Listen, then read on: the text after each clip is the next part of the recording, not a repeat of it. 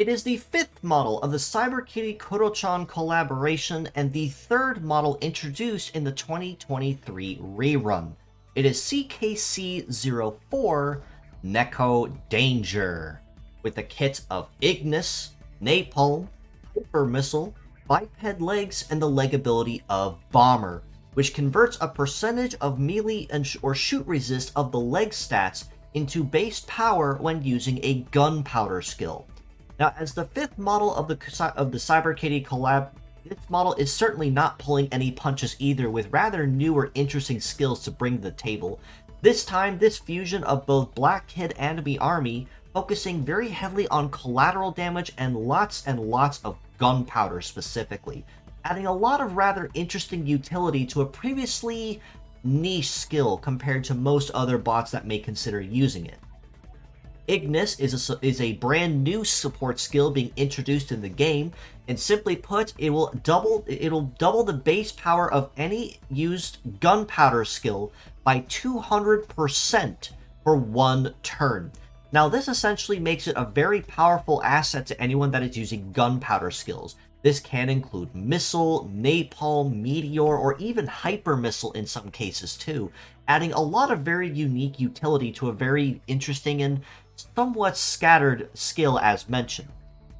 However, it is also worth noting it only applies for one turn.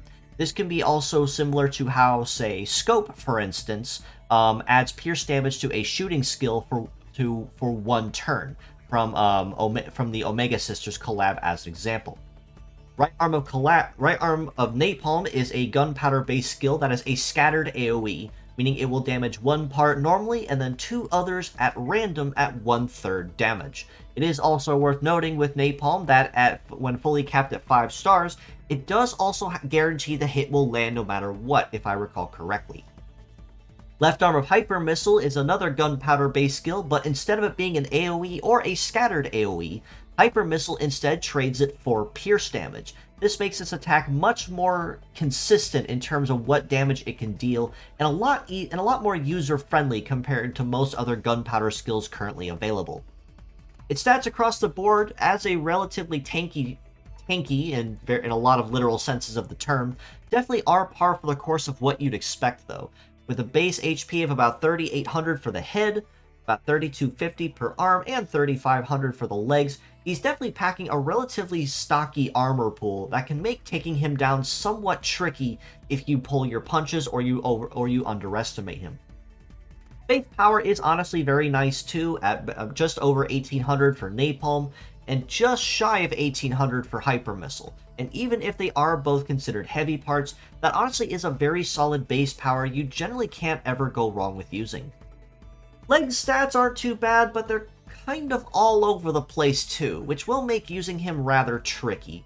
He does certainly have the mobility at 833, which is very good in that nice upper tier of where you want biped legs to be, but with a melee resist of 861 and a shoot resist of 821, the resist stats aren't bad per se, but they definitely could be better. And this also kind of may possibly hurt him to the point that when attacking with a gunpowder skill, thanks to the bomber ability, it does take a percentage of these and add it to base power. So naturally, the higher these resist stats can be, the more damage that the gunpowder skill will deal in the long run. And given that it's only packing about 8,500 each, that's not going to be a very significant bonus, unfortunately. An evade of 1068 isn't too shabby though, as this does mean that Neko Danger will have a relatively decent chance to evade a lot of low success attacks, or a lot of wide hitting attacks that may not have the highest accuracy or success. Despite all these weaknesses though, I still do have to rate Neko Danger a pretty solid 8 out of 10 as a pure set score, primarily for the fact that it adds a lot of very unique synergy to a previously rather strange skill to make use of. So thanks to Ignis and Bomber on top of that, gunpowder skills such as Napalm or Missile or Hyper Missile now can hit a lot meaner and a lot nastier than they ever could before. And even if the multipliers you'd get from Bomber may not be a lot because of the low stats, adding Ignis on top of that actually will kind of comp that back just a little bit and still make them very dangerous skills all the same. As mixed part score, I do actually have to rate him lower in a strange turn of events at about a 7.5 out of 10. Even though Hyper Missile is probably going to be the most used part of the batch, aside from maybe Ignis if you find yourself loving the smell of gunpowder in the morning. The Bomber leg ability is very nice to have, but it's sadly also very niche, as you really can't use this leg with anything else unless you know for a fact the bot using the legs is going to be using a gunpowder skill. And on top of that, even with this incredible boost to these skills, that actually adds a lot more utility to someone using Gunpowder Guard.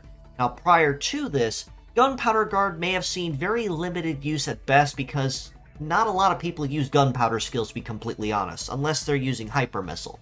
But with the introduction of Bomber and Ignis, this does add a lot of possible utility to kind of keep these skills from actually getting under your skin, because they will outright nullify the damage bonuses that the legs and the head would grant to those parts.